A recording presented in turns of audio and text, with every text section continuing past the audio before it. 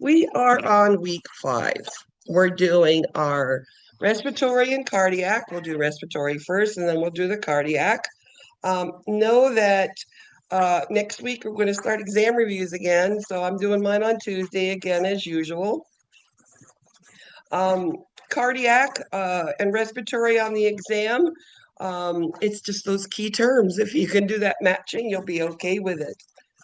You do have a discussion question due, and you do have your first case study due, which is on the heart. So, again, with this case studies, take your time. You have to read them. You can't go to the answer portion and just try it that way. It doesn't work. And it's what your second or third term with these things now. So, I think you're getting more aware of them. So let's start with respiratory, then I'm going to do a cahoots, then I'm going to do cardiac, and then I'm going to do a cahoots. Anytime during this that you're not understanding something, please just let me know.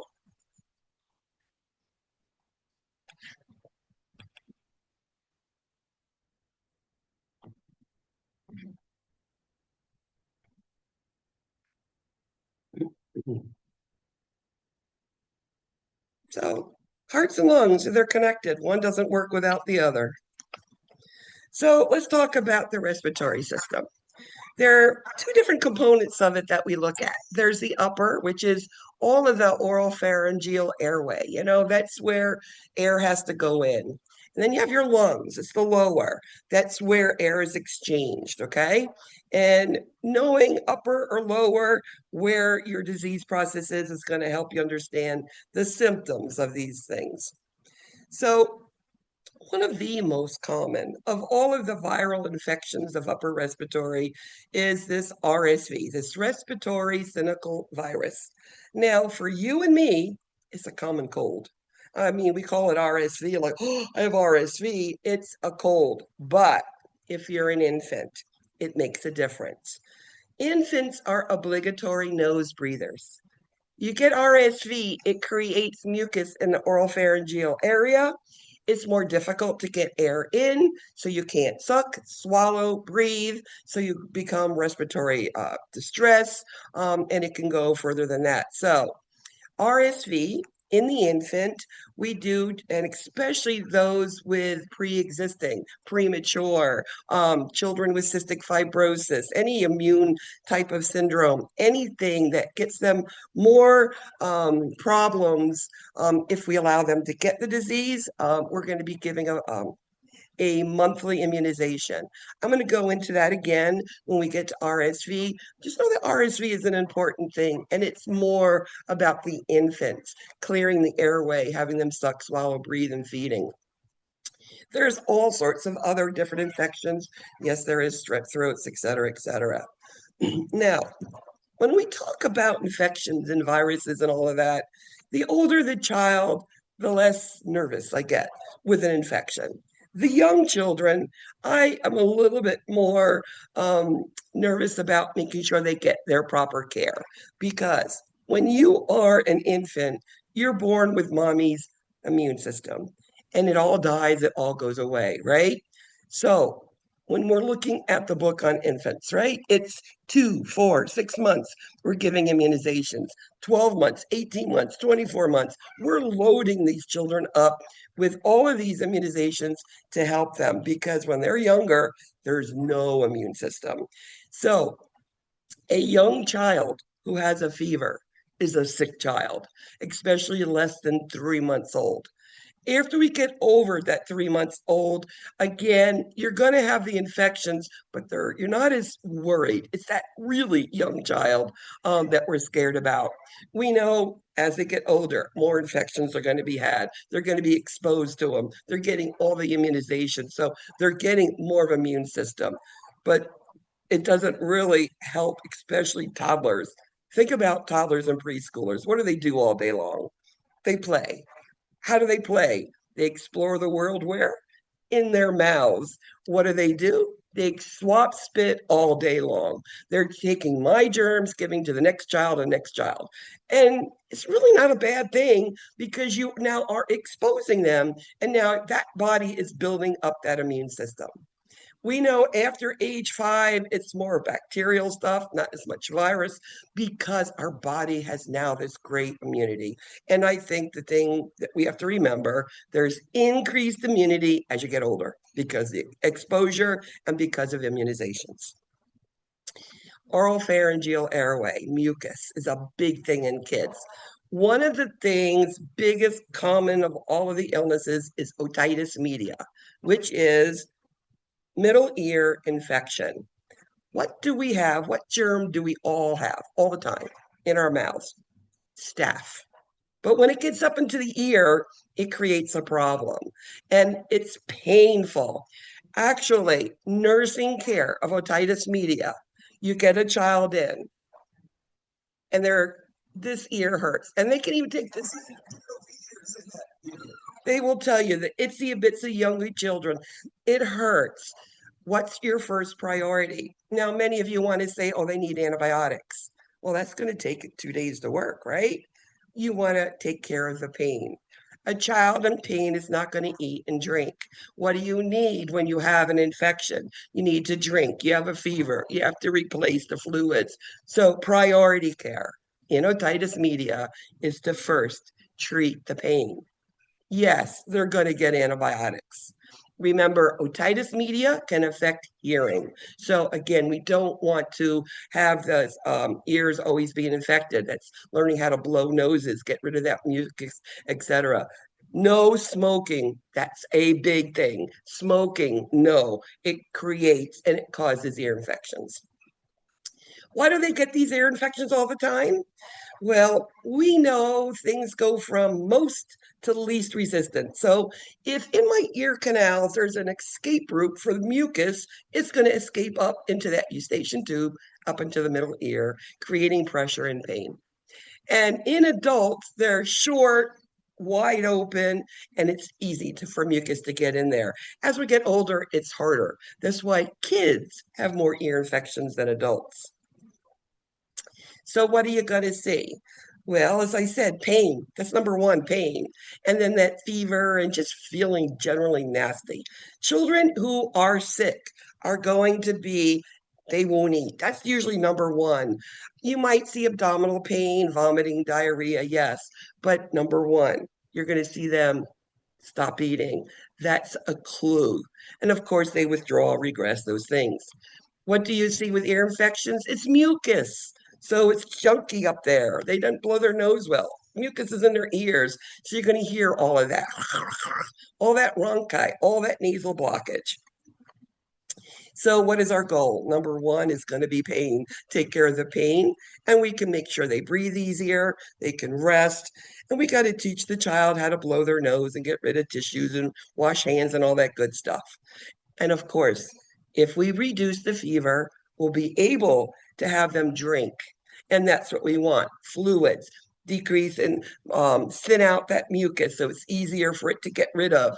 Also, thinning out, giving that fluids for that child with fever. You're replacing it, which is what we want. Now, infectious mononucleosis. You're going to say it's a kissing disease. It's no big deal. I'm going to tell you another story with this one, and you'll never forget mono from now on. So, mononucleosis is a virus. We call it an Epstein-Barr like. Epstein-Barr is one of these viruses that's tagged as you're tired and can't move and you're exhausted type syndrome. That's Epstein-Barr. So extreme fatigue. But along with that, it's this sore throat. It's a fever. And again, with all the fever, body aches, lymph nodes swollen. But the kicker with this is the liver and the spleen could also get swollen. Okay. Think about the spleen as a big basketball swollen. Okay. Or the liver gets to be a big basketball. And if you hit it, what's going to happen? It's going to burst. Now, our big thing with mono is protecting this child. No sports. I had 6 brothers in the house. You better tell every brother not to tackle me like they did every evening, right? Again, protect that abdomen. So you get a child in, and how do you diagnose infectious mononucleosis? Well, they come in usually with a sore throat and fever. So we do a swab, we do an influenza and all that stuff. Everything's negative. And they go home. 3 days later, they're still fever, feeling horrible. So the doctor says, I don't know, but let's give you antibiotics. Let's just try it. 3 days later, they're still not well. And that's when they usually come to my ER and say, I don't feel well. I have a sore throat. And I've been to the doctor twice. I don't know what to do. Sore throat, fever, non-resistant to antibiotics, etc. We're going to draw blood work. What blood work would make the most sense? You're worried about an infection. Is it a viral or bacteria, right? So you want a CBC. Is it a virus? Is it a bacteria? Are the white blood cells elevated or normal? That's what you're looking at. The other thing we're going to do is what we call a monospot test. It's a test to see if you have mononucleosis. Now, this child with those symptoms is going to be a positive mono test. So they'll be told, given information, and avoid contact sports. Here's the story. I had a 9-year-old boy come in with his father on a Saturday morning. He started on Monday with the sore throat, fever, went to the doctor, test normal, got antibiotics, came to me, still felt horrible. I had the best doctor with me that day. And so he immediately did the CBC, etc., positive mono. This doctor does great discharge teaching with these children and parents. I also do great discharge teaching, and I was told them, please protect the abdomen. It's like a big balloon. If it gets hit, it could burst, and that's, a death sentence.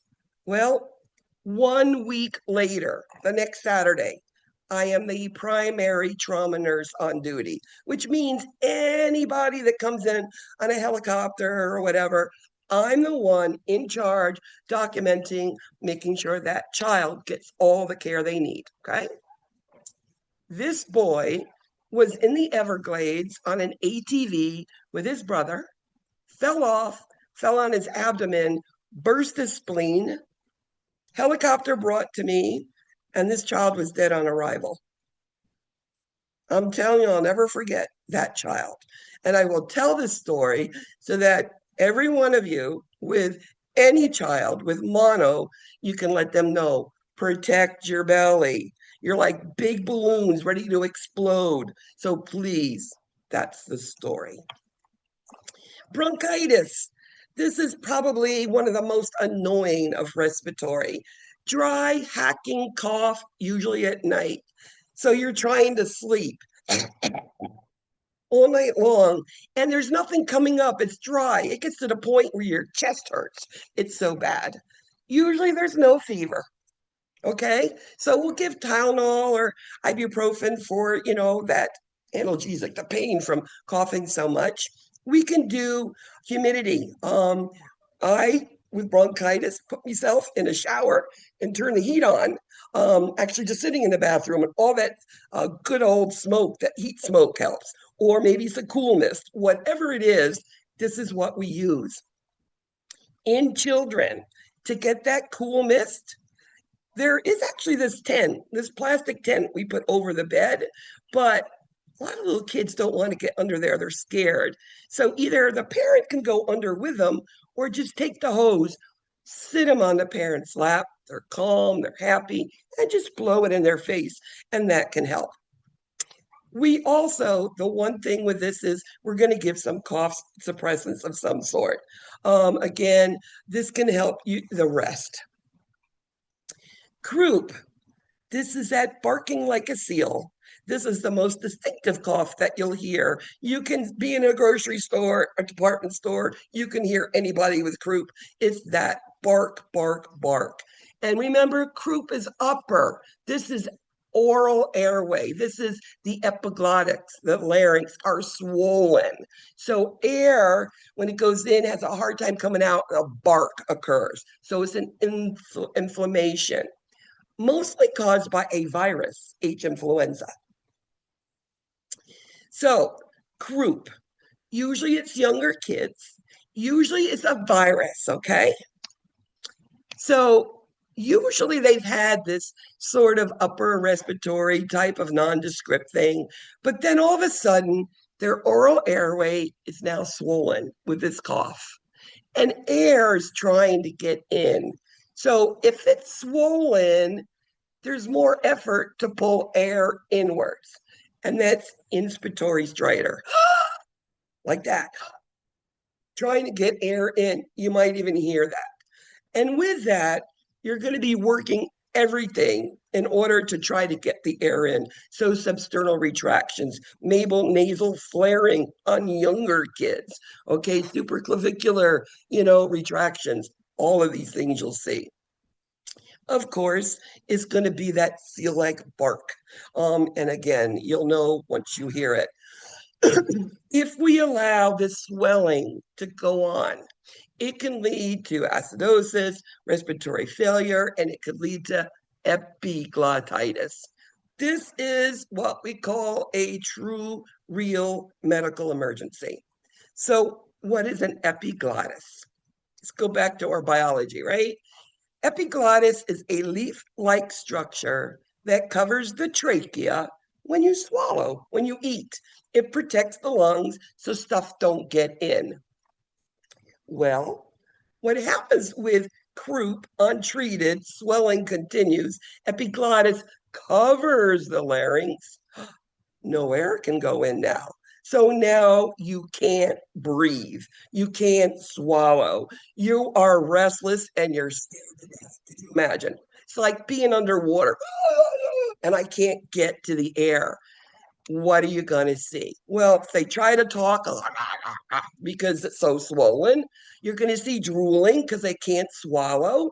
You might hear that frog-like croaking sounds that are going on. And of course, all the signs of respiratory distress, substernal retractions, maybe nasal flaring, tachypnea, all that good stuff. So if you are suspecting epiglottitis, number one, if you think it is, don't put anything in the airway. You don't want anything that's going to create more swelling, okay? Only a person that can intubate can look into that mouth because you don't want to create more problems. So, airway, airway, airway, right? You can hear it. At the bedside, you don't have to call the secretary, call the care assistant, whoever. Get the crash cart with the respiratory equipment. Get a tracheostomy tray, put it at the bedside. If we need it, we want it there now. We don't want to have to call for it at that time. So that is your treatment. Get it in there for that child. So what are we going to do for this child? Well, you got a swollen epiglottis, no air is coming in. So you've got to do something to open it up. So what they do is they give nebulized epinephrine. Nebulized epinephrine goes directly into the epiglottis and decreases swelling. You're thinking maybe sub-Q. No, it's a little itsy bits and it's nebulized and it goes in. Also, they're also going to get, of course, the albuterol and whatnot. And then this child's going to get steroids. I mean, hopefully we can get the kid calm, get an IV in, get that so we can maintain fluids, hydration, and we get the steroids in there and have access in case of an emergency. These children are scared. So here we are, RSV. As I said, this is the first year of life we do treatment for this. After that, it's basically a common cold. And of course, some common colds you feel worse than others. So we give an immunization called Synagist or palivizumab. It's a biologic. Once a month for the first year only, from winter to early spring. Now, I live in Miami, so there's really not as much change of season. So again, that would be a physician determination, but mostly we would say winter to early spring, once a month. And this is your cardiac child. This is your child that's premature, respiratory issues, etc. One of the most common things, surgeries we do on children is tonsillectomies. A lot of times has to do with, sleep apnea, snoring, those things. So we need to know how to take care of it. Most of these children are sent home after surgery. We don't keep them in the hospital. We know kids do better at home, but we need to know how to teach our parents how to take care of these kids, right? So they can eat, absolutely, but try to have them not eat very highly seasoned foods, things that can burn the throat, orange juice, those sort of things. It's a story in my house. My the brother, the one that's older than me, had tonsils done. He came home and he asked mom for radishes with salt on it. And then she called the doctor and he said, if he wants it, give it to him. The salt will do him good. And that's what he did. He sat there and ate radishes with salt, as long as it doesn't create bleeding, right? Now, um, one of the things, don't use straws that will suck, create more pressure back there. Again, nothing in the mouth. Now, we can use different things for pain control. They used to give a more of a narcotic sort of codeine thing for these children, and they found out that parents were overdosing their kids. So we decided that actually acetaminophen is all they need. And that's what we're going to be giving for pain. But we also can give an ice collar. Now, young kids don't like it, but older kids, they know you put ice on it will help. Another thing, limit activity. Older kids get a lot of pressure in their ears. Remember, this is oral pharyngeal surgery. Eustachian tubes are there, swelling. There might be popping and pain in there. Chewing gum. Don't we do that to go up in a plane? Same concept. It'll pop the ears for them. That's the older kids. If we're starting to see fever after 10 days, that's a problem, or any other problems. Usually these children, after a week, are good, ready to go back to school. I could tell you another story. A little girl, she was 7, I think, had been 1 week post-op, tonsils and adenoidectomies, and she had just come from the ENT. And on the way home in the car, she vomited a big blood clot all over the back seat. So rushed into the triage, and she proceeded to liver clots. Big things were coming out of her. She went to hemovolemic shock on me. She went very lethargic. I picked her up, ran her into the trauma room, and we had to resuscitate her with a liter of normal saline. Her heart rate was 160, and she was out of it. So she was really in shock. How do we treat it?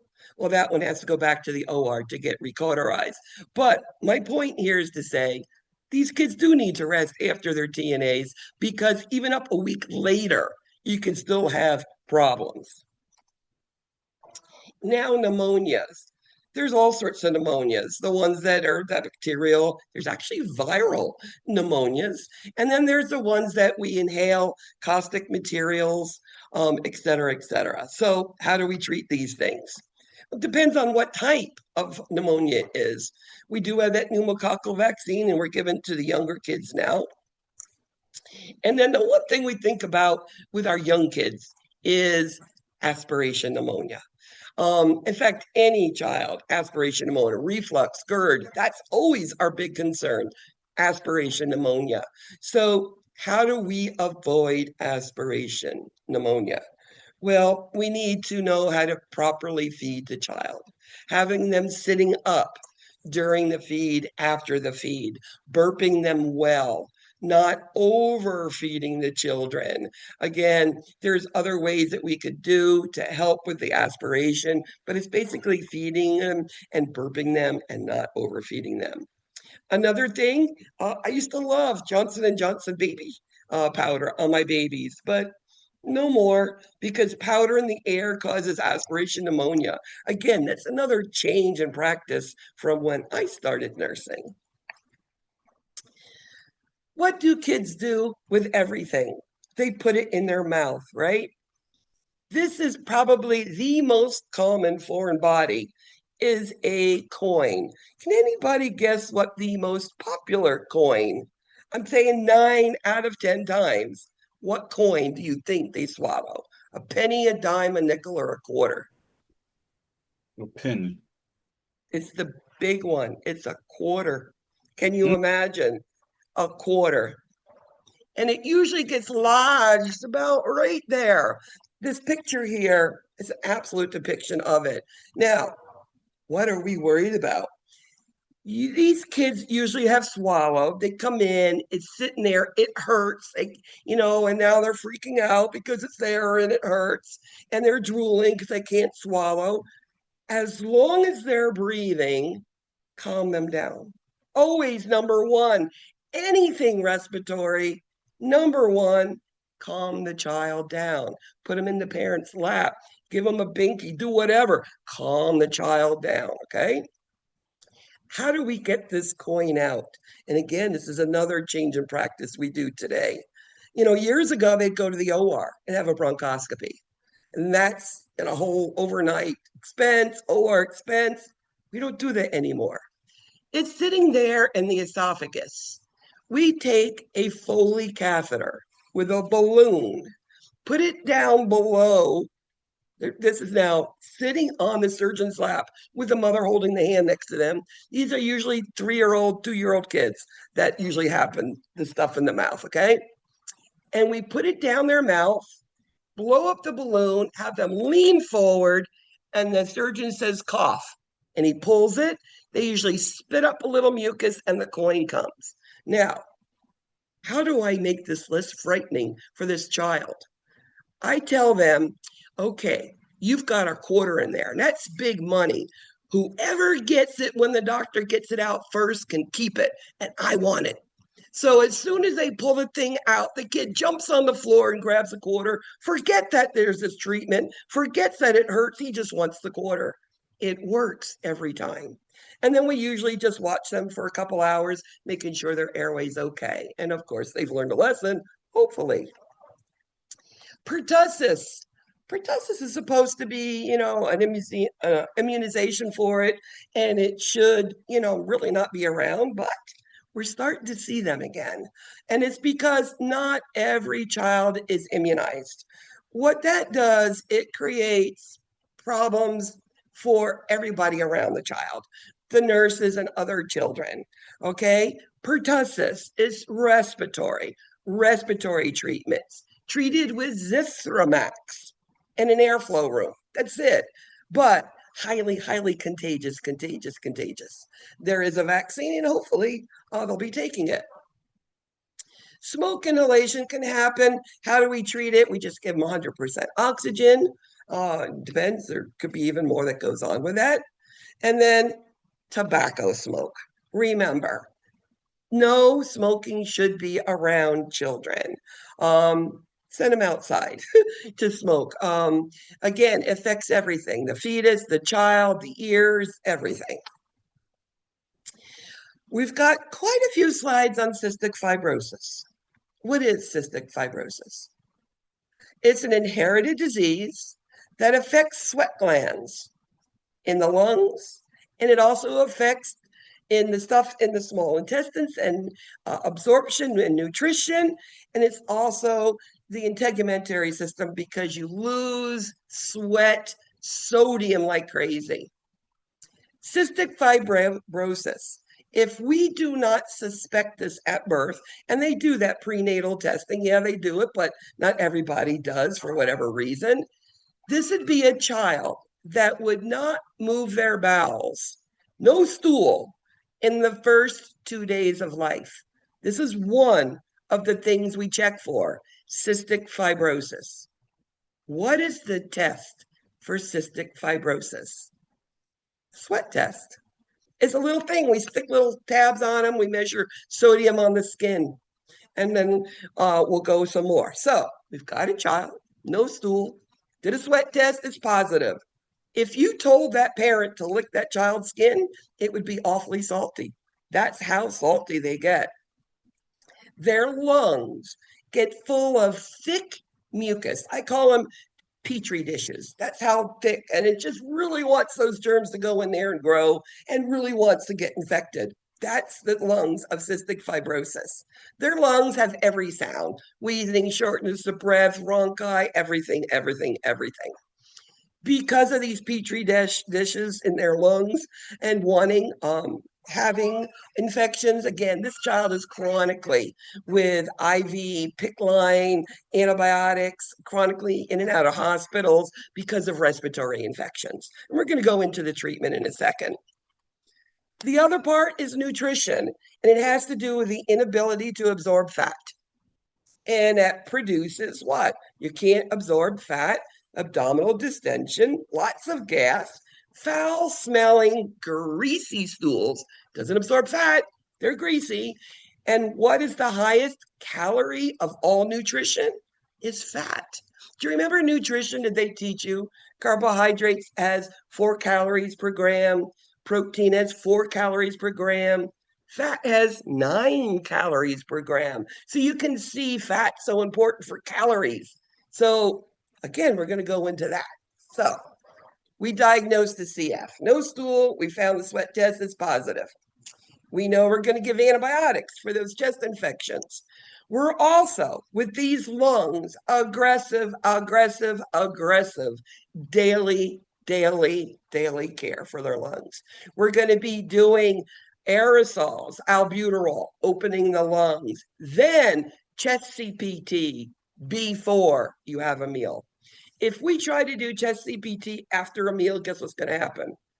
They're going to vomit all over the place. So again, they say, do the dilator first, the albuterol, Proventil, whatever your name is, dilate the lungs, then we're going to do the chest CPT, expectorate as much mucus as you can, and then they're going to eat.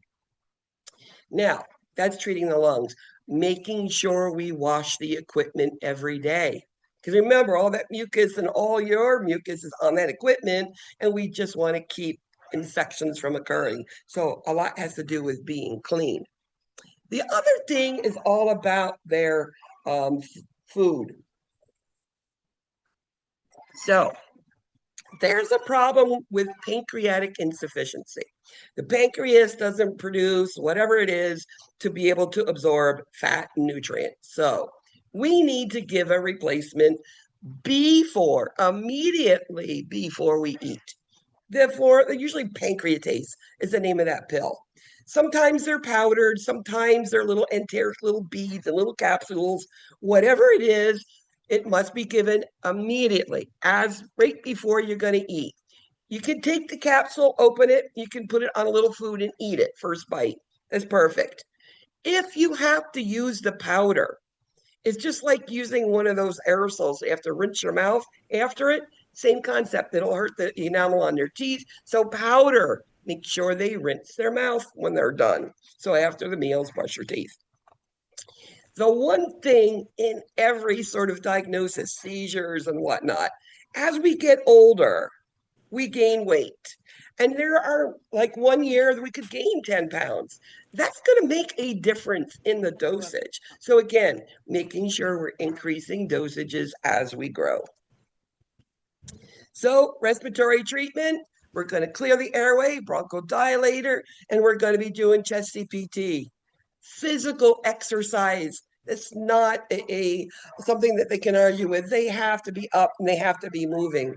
Actually, swimming is probably one of the best exercises. Think about holding your breath and going under the water. You're creating positive pressure, peak and expiratory pressures, like, and it holds those lungs open, and it's great for it. Again, we're going to treat the infections. And most of these children will get a PICC line and they know how to treat them at home. Again, for the diet, we're going to give pancreatic enzymes right before. And the diet, high protein, high calorie, low fat. And because of all of the problems with the fat and the gassy and the bloated, again, making sure that we keep the bowels moving properly. They also have a problem with reflux, so be aware they might need meds for that. One of the things that can happen is a pancreas that's not giving what we need, right? So you've got to be careful in the future. They can develop diabetes mellitus. So that's one of the things we look for. Again, how are we going to monitor if this child is getting what they need? Well, are they getting lung infections? And with diet, are they getting enough? Are they gaining weight? Are they, getting taller? Are they gaining the weight cognitively? Are they where they need to be? All of these things we can check. Now, pregnancy in cystic fibrosis. Women can get pregnant. Usually there's not a problem. It's going to be a high risk, yes, because he has CF, but we're talking about the man here. The man has CF and wants to have babies with his partner.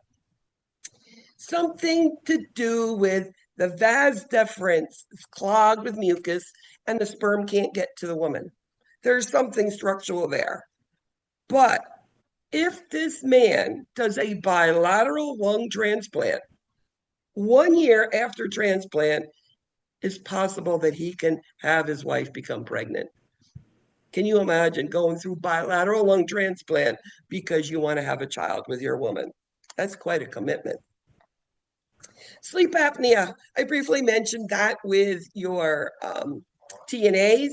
Again, children, some of pudgy ones or some with short necks, big tongues, they're going to have these problems. Know that just like adults with sleep apnea, there's going to be daytime sleepiness and behavior problems because they're cranky because they're not sleeping.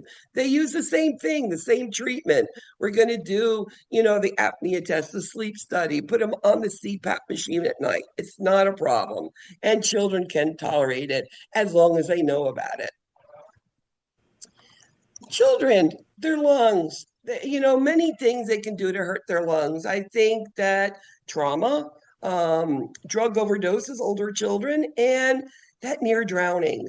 The problem with things like near drowning, the child was in the pool, we found him underneath, we pulled him out, we did a breath, he spit up, he's fine, he's running around, and the ambulance came and says, oh no, we're taking him to the hospital. And the mother says, but he's okay, he's fine. The problem with lung injuries, you don't see the injury right away. It could be up to 3 days later. So these children are admitted for 72 hours observation. And at the bedside, you need to have something monitoring their breathing. O2 SAP machine, right? Something like that to make sure they're breathing. If they go into this acute respiratory distress syndrome, their lungs aren't working. They're shut down, they're clamped. Nothing you can do can help. So we need to have an artificial way to be able to have them breathe. And that is that ECMO machine right there. I actually was ECMO certified, and it is all those tubes, machines, and everything. What that machine does, all it does, it takes blood out, it oxygenates it, and puts it back in. It doesn't give the heart output, it's only oxygen for them. And these children, if we can get them out off the ECMO within 3 days, they usually will be all right. CPR. I think we saw some of that on our first exam. Remember, 1 man and 2 man CPR. But then also, remember, you have parents in there if this child is going through one of these CPR events. I have always let parents be around, or I was there making sure somebody was with them and letting them know what's going on. I can't imagine a child dying with a parent not being able to hold their hand at that moment. I think that's one thing we can do to remember. Now, asthma. So, croup is upper airway. Air can't get in, right? Asthma, you can get air in. It's not a problem. What happens is the air gets stuck down in the lungs and you can't get it out. That is what asthma is. So, once we figure out we got a kid who's they go into bronchospasms, etc., they need to have a workup. It's that normal. Adults, children don't matter. Pulmonary function test, and then they're going to do some sort of skin testing, seeing if there's any sort of allergies. Sometimes it could be food, could be a cat, could be a tree, something. And if we could avoid them, that can help. Again, you have a lung problem. We need to keep it exercised. I will always recommend swimming because there's no allergen around. So they're not going to have grass or trees or this and water is actually, where they could breathe and it'd be better. So how do we treat asthma? Just like adults. We're going to have those quick relief, albuterol, those things. And we have the long-term ones. In adults, that might be called Symbicort, Advair, Brio, one of those. In children, it's level albuterol, which is Symbicort. I'm not Symbicort, Pulmicort. Pulmicort, we give this morning and night. Again, this is the preventer. Of course, if we're having an asthma attack, we'll always be given steroids and maybe another sort of inhaler in order to open them up. Now, there are times where everything you're doing, the child's in, again, respiratory problems, the kid can't breathe, the kid's restless. Wherever they want to sit, wherever they're most comfortable, that's where you want them. If they want to sit on the floor with the mother next to them, I will let them sit on the floor next to them as long as we've got them quiet. And of course, sitting up high because of the breathing, right? Status asthmaticus is when everything you're doing, nothing's working. I've already given 4 albuterol treatments. I've already started IV steroids. I've already done everything. Status asthmaticus is when your lungs are tight and they're not opening for anything. I've seen it. My husband, 12 days in the ICU. And what I saw was a man trying to get air out. It was like this prolonged expiratory phase. I can't tell you how prolonged. It's like trying to get the air out. And if you listen to the lungs, you might hear a small squeak in the end. Remember, a flat, silent chest on asthma is bad. No air is moving. Let's do our first cahoots. Who wants to win the first one? I think Ashley's going to win this one.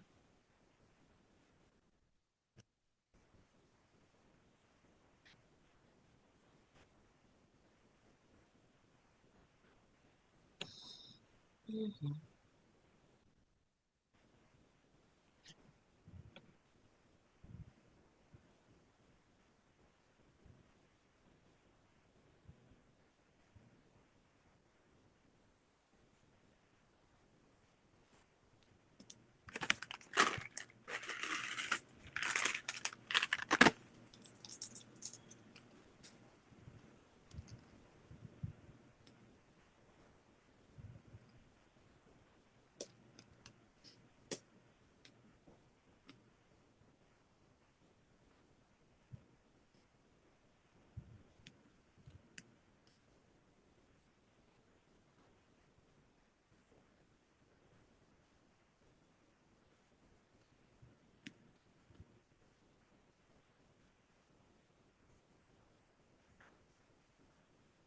What's the code number?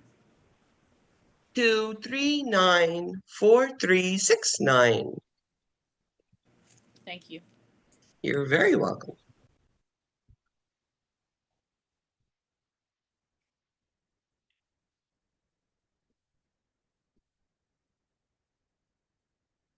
Anybody else want to join?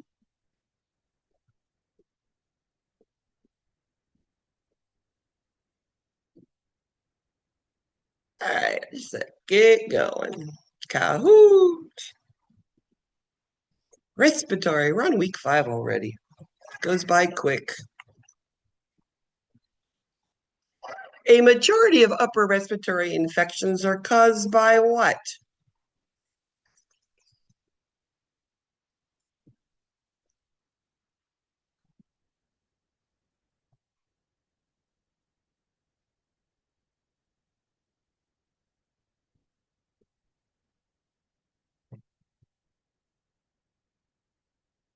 So upper respiratories are usually viruses. I mean, many times parents take their children into the doctor because they have 103 fever and they think they need antibiotics. And it's, they've been sick for 24 hours. And the doctor's going to say it's a virus and go home. If 3 days they still have that fever, that's when they'll start the antibiotics. And they'll say, all right, that's probably a bacterial infection. It's surprising, but viruses are higher fevers than bacterial usually.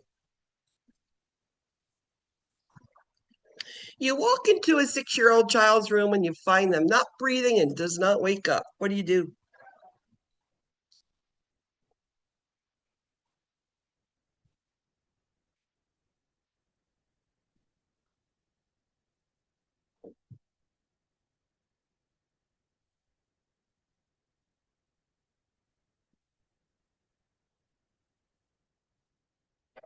So when you have a child or anybody, you walk in and they're not breathing and there's no heart rate. Number one, what do? You start your chest compressions, you do your cycle, and then of course you call it at the same time. But basically it's start. Let's get that oxygen moving around the body first. Remember with, CPR, you need to review it. You'll see little questions about choking on young kids and abdominal thrusts and back blows and is it 15 to 2, 30 to 2? These are the couple little things you need to know. A multi. What are some signs and symptoms that smaller children may exhibit that has a respiratory infection? Young children that are sick, usually whatever infection, if they have a fever, these are things that you always will see. Some of them or all of them. So you see a kid who's sick. You're going to see them, number one, in the corner regressing. Of course, they're going to have a fever. They're not going to want to eat or drink. And of course, they could be vomiting, abdominal pain. These are those things. When that child shows it, something's going on. It could be ear infection. It could be upper respiratory. It could be actually anything. A multi. What do you look for when assessing respiratory function?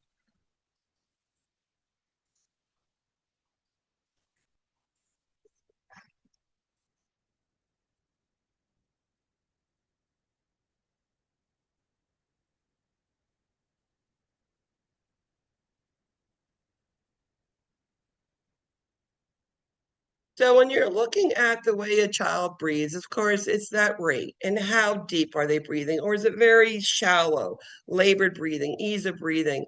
The one thing about younger children, especially infants, if you see an infant and their nose is going out called nasal flaring, and at the end of every breath, you hear what we call a grunt,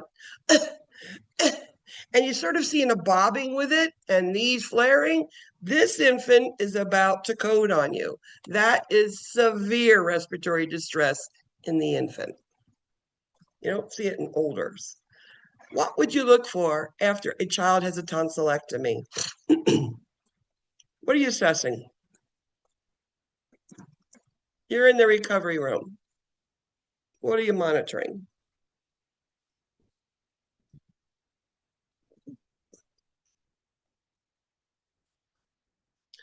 The big thing that we need to look for is they're going to have pain. All right. That's common. They may or not want to drink. Doesn't really matter. After a tonsillectomy, they shouldn't have a fever. They go into a surgery, they should be clean. This is an elective surgery, so no fever. But why are they going to be swallowing? They're bleeding. Remember, swallowing, they're bleeding. And then just have them open their mouth. Don't stick anything, but you'll just see blood there. And then you know they're bleeding. And then they're going to need medical care. A multi. Nursing care for a child status post tonsillectomy include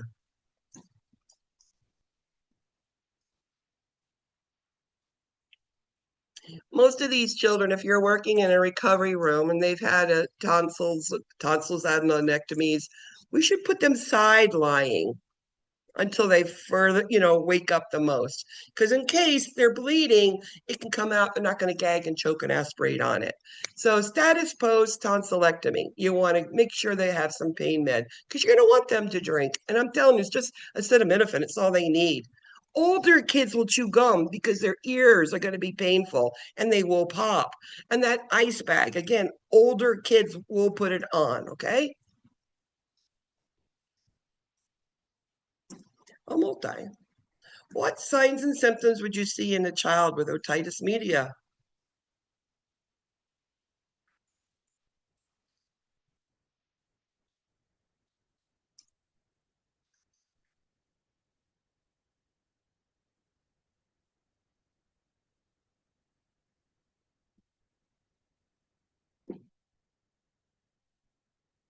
So you don't always have a fever with ear pain and otitis media, believe it or not.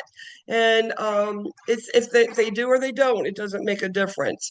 Ear pain is always there. Again, treat the ear pain. That's your number one before antibiotics because it's going to take a while. Sometimes that ear, middle ear, it's burst, and you might see this yellow, maybe a little bloody, sort of purulent looking drainage. Just clean it up with just warm soap and water. That's it. And again, any kid who's sick, they're going to lose their appetite. A multi. What would you suspect if a child has a dry, bothersome cough that keeps them awake at night?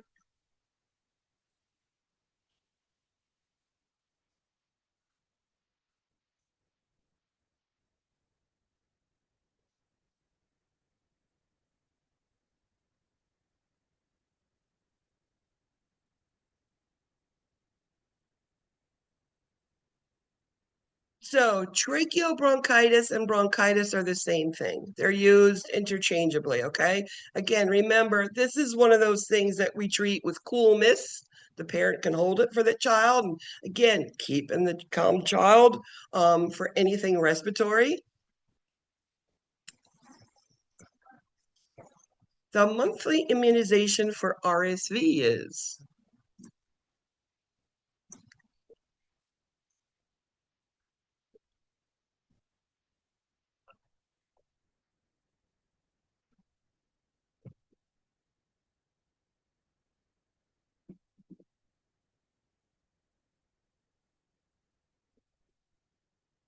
And it's called Synagis or Pavizumab. Hib is for Haemophilus influenza. That's at 2, 4, 6 months that they give. RSV is Synagis. Again, first year of life, monthly. For those immunosuppressed, premature kids with respiratory issues are going to be getting that to prevent it. A 4-year-old child's been taking meds for asthma, but they're still wheezing. What information is important to ask? If they're taking their meds, should they be wheezing?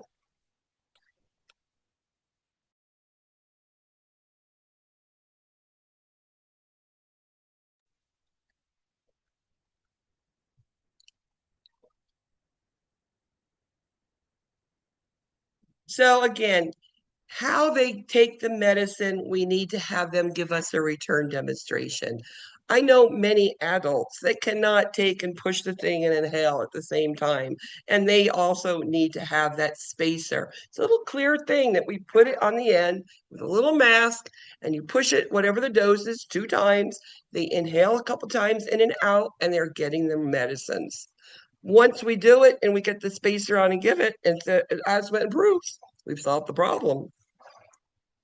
An 8-month-old with croup exhibits what signs and symptoms of respiratory distress? An 8-month-old. Got to know a little bit about numbers here, don't you?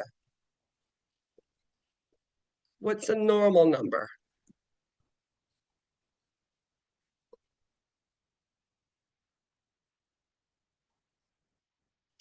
So respiratory rate of 25 is normal. So is that heart rate for an 8-month-old if they're sitting there resting and there's no distress on them. Um, Substernal retractions and restlessness are the things that we're looking for here. When we start to see respiratory distress and we see retractions, absolutely, and restlessness, we know that we need to do something pretty quick. Signs and symptoms of asthma include all except.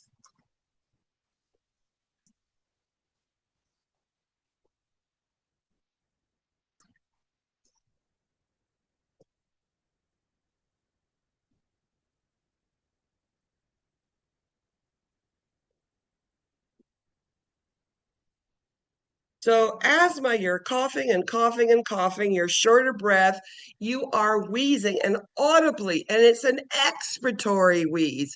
It is a prolonged expiratory phase. Like my husband, he couldn't get it out. He tried so hard, and he couldn't. And all I could hear was a little squeak at the end. I'm serious, a little, hardly any air was moving. What should you not do to children diagnosed with croup and epiglottitis?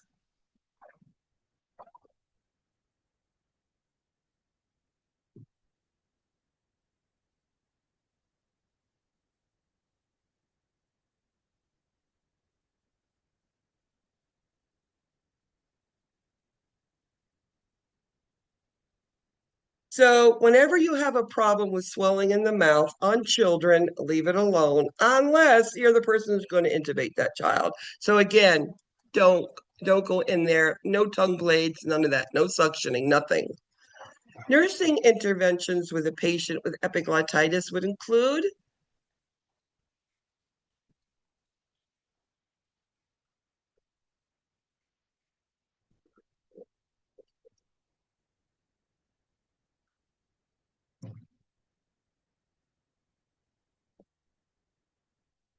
So remember, epiglottitis, that epiglottis is covering the larynx and you cannot swell.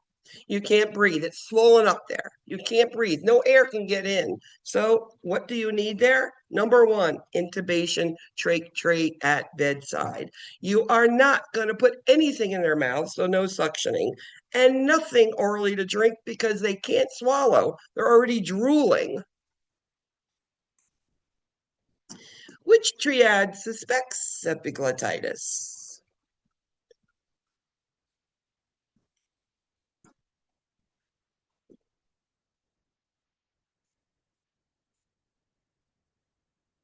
Like a med surg question, isn't it? With all the different things. So, and again, epiglottitis is all about the epiglottis and the throat. So, sore throat, difficulty swallowing, and drooling. Multi treatment for infectious mononucleosis is.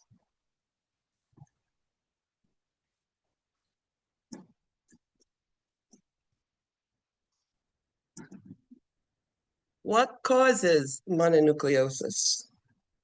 The Epstein-Barr virus. So, how do you treat viruses? Fluids, rest, antipyretics. Remember this. Viral infections, rest, fluids, and rest fluids, antipyretics. And remember that tummy. Multi-select. When doing an admission for an infant with a low-grade fever and has a loose cough, what information is important? You're admitting this infant. What do you need to know? You're going to take care of them for the next couple of days.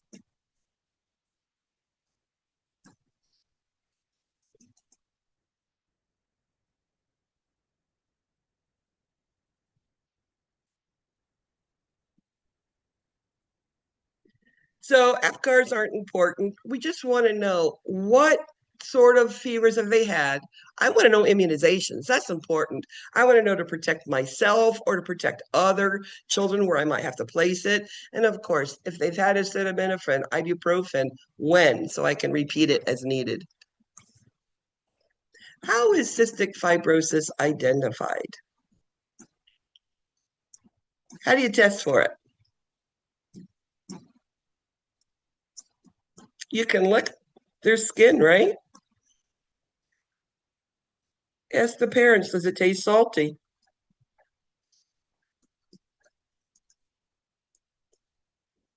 Again, they many parents do that newborn screening before they have the child.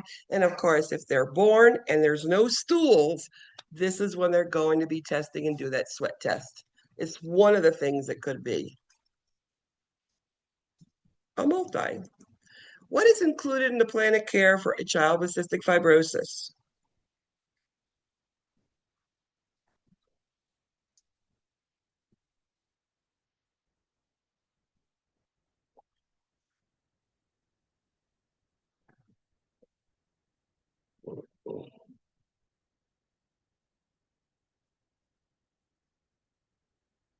So remember, what is cystic fibrosis? It's a problem with lungs and it's a problem with nutrition. So aggressive chest physiotherapy, we're going to make sure that we can absorb the fat by giving those pancreatic enzymes with the meals. high protein, high carbohydrate, low fat, and you'll never hold a salt shaker on cystic fibrosis. They're losing salt out their skin. So please give them a salt shaker. What medication would you hold for an infant that is vomiting and vital signs are 98, 88, 32?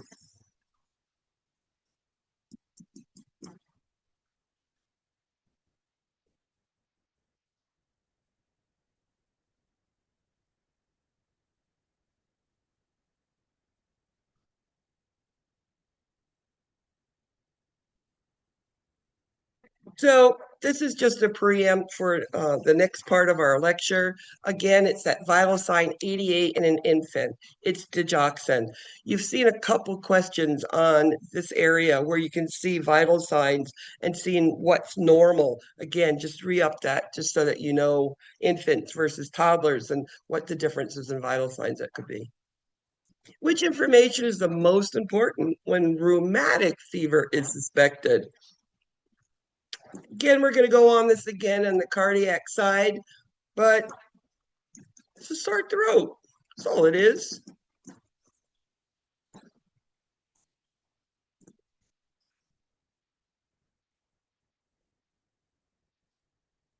So again, I'm going to go through this again in the next portion of our lecture, but rheumatic fever starts with a sore throat. It goes to the cardiac side because, yes, you have the sore throats and the aches and pains and the fever and all those things, but it can cause permanent heart valve damage. Mitral valve can be hurt. So again, I'm mentioning it here. We're going to mention it again. Signs of shock in children include all of the following except. What is shock? What do you see?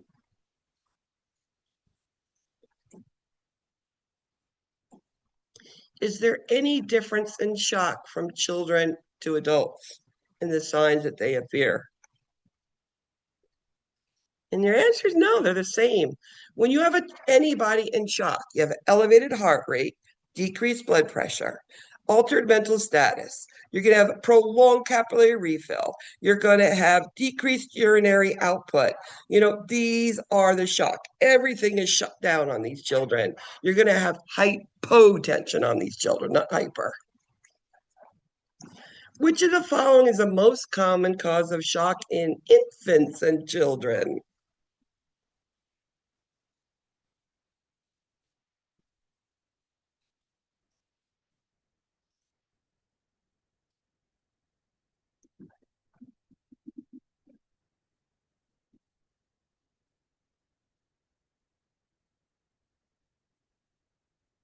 Infection is the one thing. Children have no immune system. They don't really have that backup. So they can get a big infection and it can put them into shock. So, yes, infection. That's why we'll place them on antibiotics as soon as we know if there's some sort of bacterial problem. A multi. Signs and symptom of rheumatic fever include, don't worry, we're going to go over it again. Rheumatic fever, I told you it's a sore throat. But I also told you there's other stuff that goes along with it. I'm not going to make you in pain. Because rheumatic fever is caused by a previous, some sort of pharyngitis, caused by a strep infection, you are going to have that respiratory distress. It causes swelling of the joints, polyarthritis. Chorea is when the central nervous system, you get this, you can't really use your muscles that don't work the way they should. And of course, there's nodules. The one thing it cannot, once we start this child on treatment, which is treatment for strep, so an antibiotic, once we finish that treatment, chorea will go away, polyarthritis, all those things will go away, except if it's hurt that mitral valve, it's permanent damage. Then you have to treat it medically or surgically. A child has just had abdominal surgery and can't cough well enough to expectorate secretions. What do you think you need to do? What's your priority? They can't cough well enough to expectorate secretions. What do you think's going on? They just had abdominal surgery.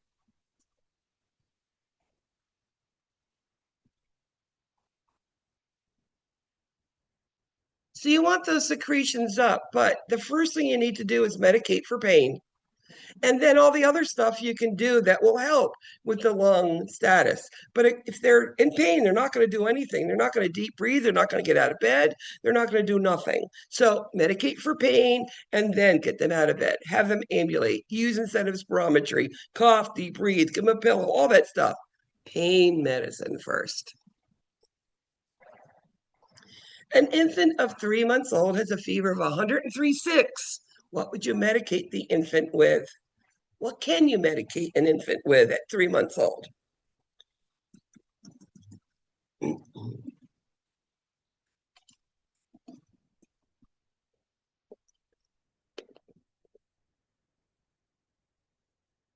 Only acetaminophen till they're 6 months old, and then you can introduce ibuprofen and alternate for fever. There's something with ibuprofen and platelet coagulopathy and bleeding NSAIDs. They cannot tolerate it until they're 6 months old. A multi. A critically ill child is on complete bed rest. What can a nurse do to prevent complications? You think children don't get sick and are on long periods of time critically ill. And yes, they are. And just like you have all of these complications of adults and foot drop and decubituses and lungs and DVTs and all that, children can get that too. So we need to prevent it using instead of spirometry, keeping them dry with either, chucks or a diaper change, pillows, blankets. I use toys. I use stuffy animals. I use beanie babies, whatever, to have them hugging. It looks like they're hugging their toys and the parents love it. How can oxygen be delivered that is easiest tolerated and accurately monitored for infants?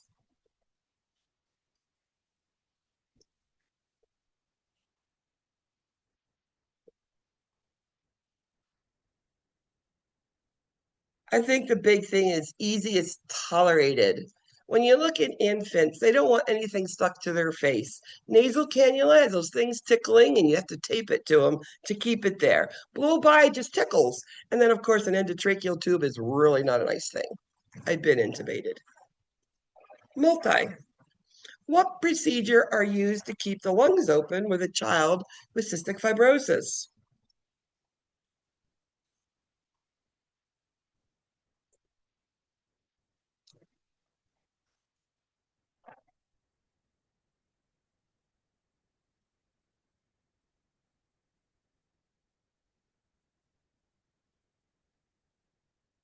So when you have a child with cystic fibrosis, you don't want to ambulate PRN. You want them ambulating QID.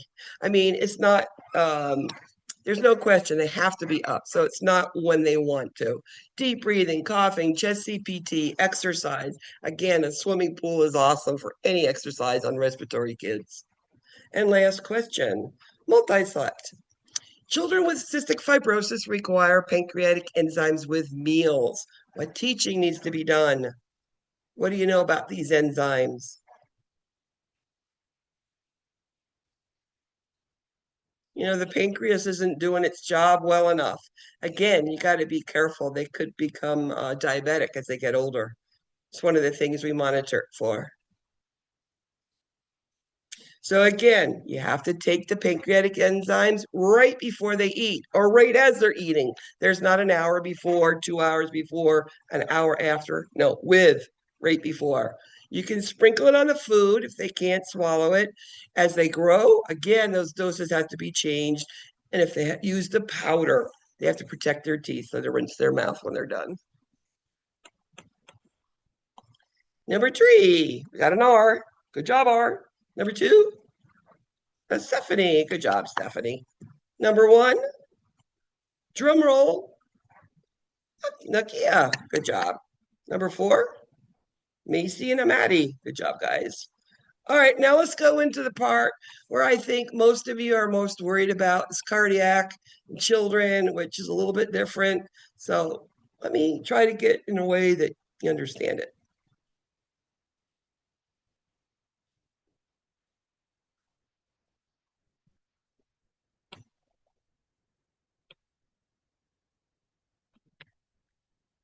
moved on me. Okay, sorry.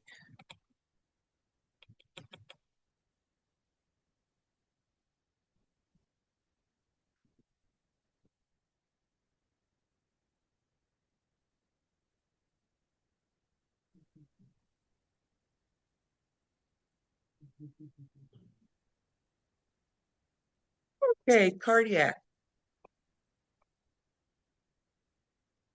So the cardiac, the heart, there are many things that can cause problems with it. Yes, may I help you? Please look at your phone before you go any further.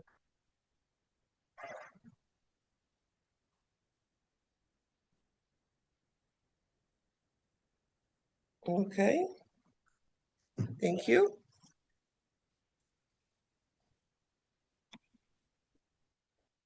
Sorry for the disruption, everybody. But my boss can come on and see me.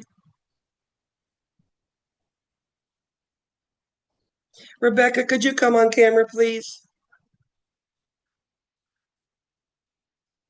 Miss Waller, could you come on camera, please? Sorry, I'm in the bathroom. Just 1 second.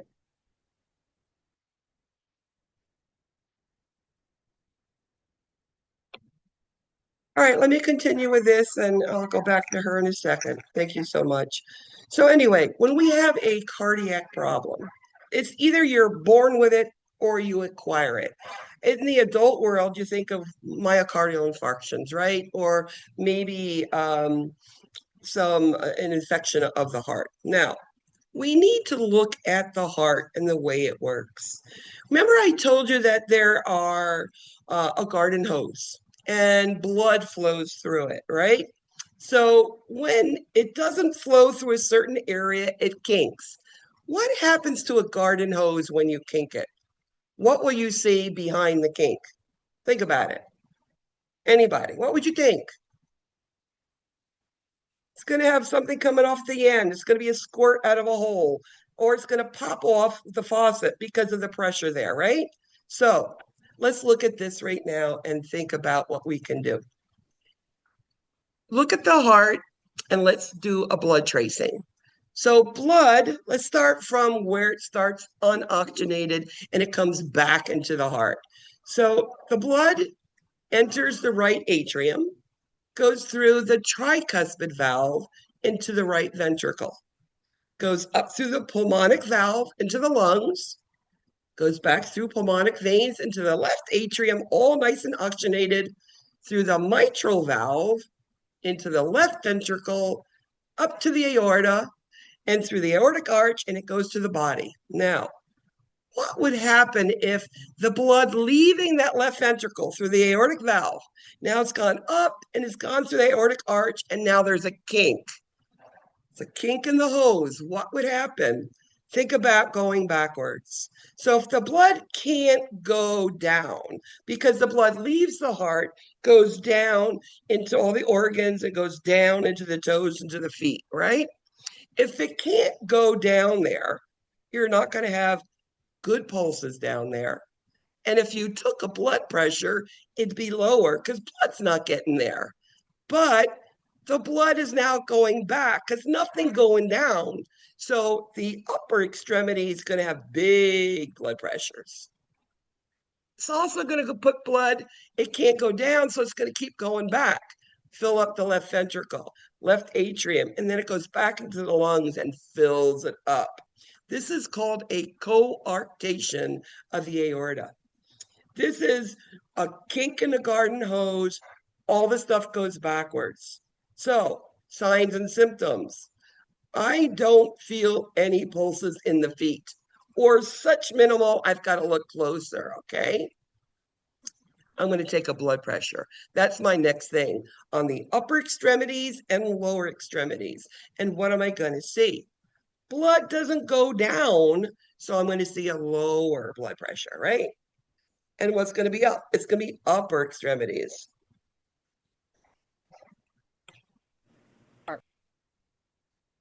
Do you understand that? Does that help you? So, what are we going to start looking at when we see these children here?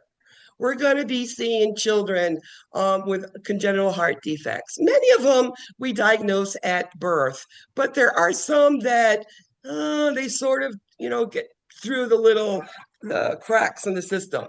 And the one that I'm talking about is that coarctation of the aorta. Sometimes we don't feel those decreased pulses. They're not as evident as they were before, okay? So you're going to see a child who's got flowing going back into left ventricle, filling up the lungs with fluids. I'm going to be tachypneic, tachycardic. I don't have any energy because no oxygen because my lungs are filling up. So no tolerance to activity at all. So this child is one that's just working really, really hard just to breathe in life, right? So if I'm not getting nutrition, what am I going to see? Weight loss? Weight loss. But if this child's filling up with all of this extra fluid in the lungs, you actually see weight gain in this child. It is actually a weight gain on this child. Okay. Also, it's more developmental that you're going to see, right? Developmental problems because they're not getting the nutrition. So they're not developmentally going to be where they are because they can't eat, because they can't drink, because they're working hard enough for the heart to beat. At this point, and James, that was a very good thing you said about that weight. Now, a lot of these children that have this sudden onset of this quote failure now, right? This is a failure problem now. This failure is going to be causing them to gain weight, but in the long run, it will be weight loss because they're not getting nutrition. So yes, James, you are right in one regard there. So one of the nursing diagnoses is inadequate oxygen perfusion leading to activity intolerance, resulting in diminished energy to breastfeed or bottle feed or whatever. And if they can't eat, they're not gaining weight, they're not getting the nutrition, they're not getting their cognitive what they need, right? Okay, what are we going to look for? I had one little girl, a 3-month-old little girl that came in with all of these signs and symptoms, and she was a coarctation of the aorta. And it takes time to get these children back to where they need to be. So we're looking at nutritional status. It could be weight, but it's not really as significant as cognitive, delays in these children because it could be weight gain because of the fluid that they're holding on to because the heart can't get rid of it. But color, are they pink? Are they purple? Are they dusky? They're going to have different things going on. Now, clubbing of fingers don't happen till older on in life. When you have a congenital heart child at birth, it doesn't happen. You're going to see the 8 or 9-year-old child with some of these congenital defects that are going to be more. When you look at their rest of their inspection, we're going to look at the chest. Sometimes you can put a hand on their chest and you could feel some vibrations and murmurs and whatnot going on there, okay? So, and then listening to murmurs, the heart rate, the seeing if there are the normal heart sounds going on. One of the things is those peripheral pulses. You can detect these coarctation aorta. In my career, I saw one in the very beginning of my career in the newborn ICU and really wanting to enjoy hearts. It's like, I don't feel any pulses here.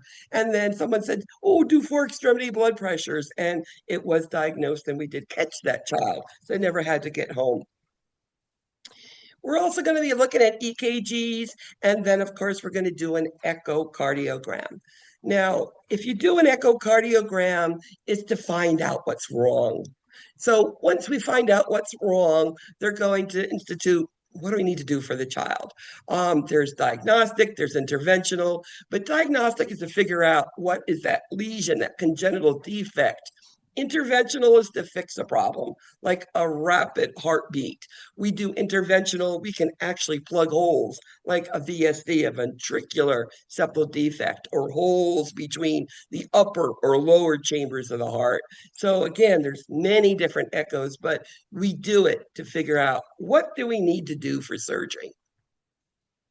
So all of these children suspecting some sort of congenital problem is we are going to be sending them for that cardiac cath. Now, the pre-procedure is just NPO and setting them usually. And infants, we don't hold them without eating for long periods of time. They don't tolerate that. So it's when they come back. What do they do in a cardiac catheterization? They take the right femoral artery and the right femoral vein and stick actually big catheters in there. And they inject dyes that go into the heart, and they look at holes and the way the blood flows and all of that whatnot. There's usually no problem with infections or all those sort of things, maybe some little dysrhythmias, but our biggest concern post-procedure is bleeding from those two big catheters that we just pulled out of that right groin. So they come back to the room. First thing, check that dressing in the right groin. Can you imagine a little 8-pound baby bleeding out of these big pulmonary, the right femoral artery and vein? Can you imagine the amount of blood that can come out quick? So check that first. What happens if you see it bleeding? Put a finger on it right above the puncture marks, and you hold on to it and you call for help. Okay? And then they'll put another pressure dressing back on there.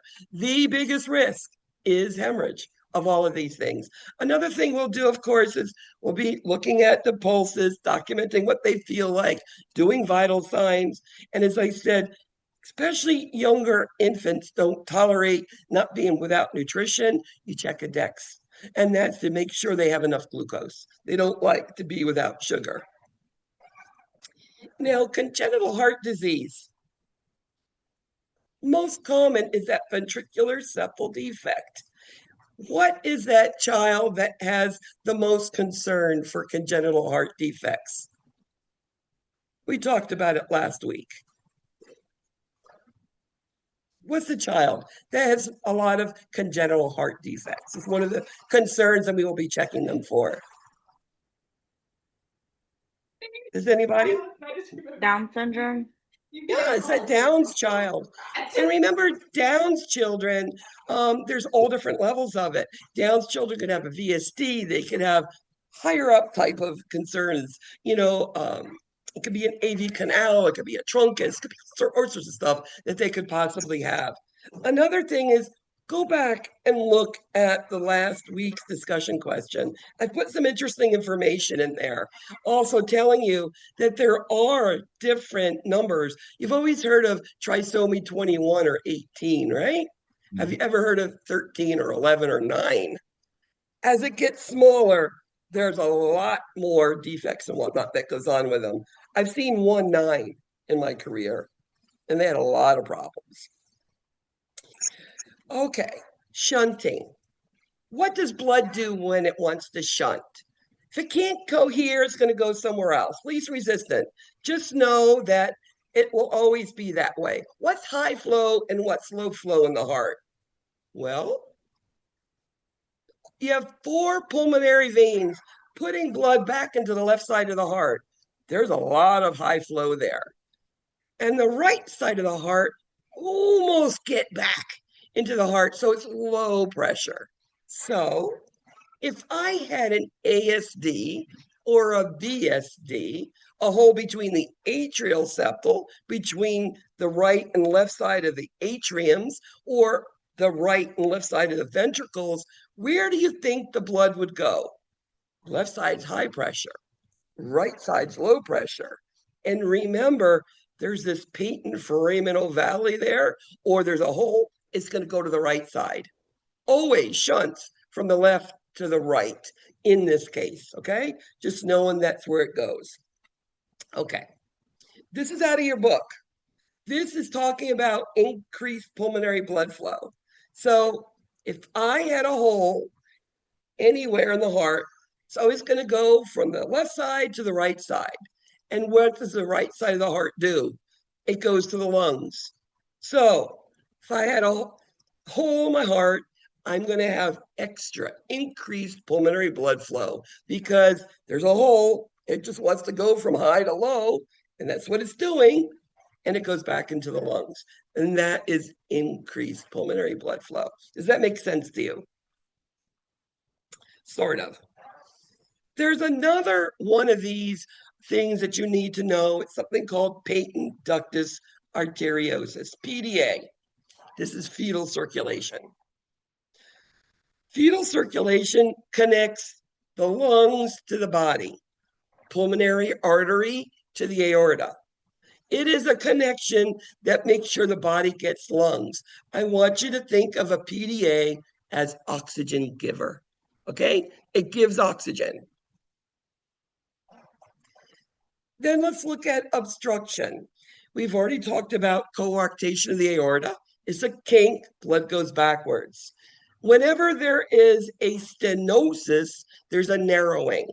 Whenever there's an atresia, A is without, there's no opening in cardiac.